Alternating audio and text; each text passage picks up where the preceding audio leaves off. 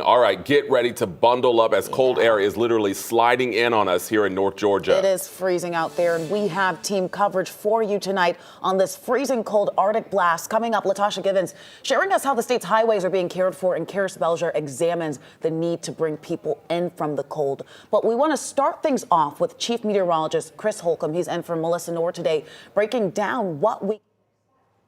Yeah, those temperatures really cold out there right now. We had our high temperature today during the overnight hours, and then that cold air started moving in here. We watched some of that precip this morning, mainly in the form of some rain, and then there were just a couple little spots where it turned slick as this colder air was moving in. Right now, though, we are just below freezing, 31 here in the city of Atlanta. We have most areas that are below freezing, even 20s to the north and west of us. Not as cold over in Athens. You're above freezing there at 37.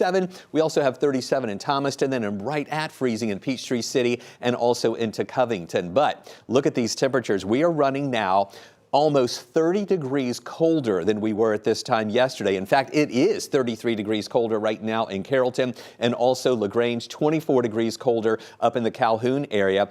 And with the wind, it feels even colder. Feels like it's 19 degrees here in the Atlanta area right now. Feels like the teens here, mid-teens up in Canton, and also single digits right now in Dalton. And with that dangerous wind chill, we have a wind chill advisory in effect. We're talking about wind chill in the morning, moving down to the lower single digits to even near 0 degrees. Some spots in far north Georgia will actually have wind chill readings that will be below 0 here early tomorrow morning. You definitely have to bundle up tonight and also in the morning when you're headed out. We do see some slight warming moving in. We'll talk more about that in just a few minutes.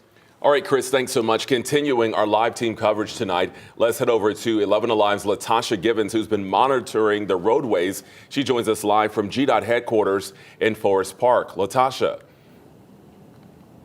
Well, good afternoon, Jonathan. We have been following GDOT around today, watching them in action. They've actually been preparing the roads since Sunday to make sure they were ready for this recent cold snap. Let's take a look at some video we got just a few hours ago. This truck champ, operated by GDOT's roadside assistant, was loading up to take another trip around the Cartersville area. Scott Theonis says while there haven't been many issues with the roadways as it relates to freezing, motorists have had problems of their own navigating on these cold roads.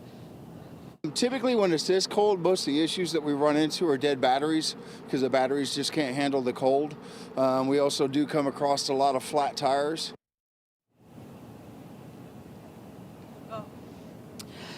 The 11 Alive Thunder truck captured several vehicles traveling with snow on top of them, likely coming from the northern part of the state. Now, GDOT says while most of the roads remain clear, any amount of moisture could make those things change quickly because it's so cold it could easily freeze. Crash, back to you.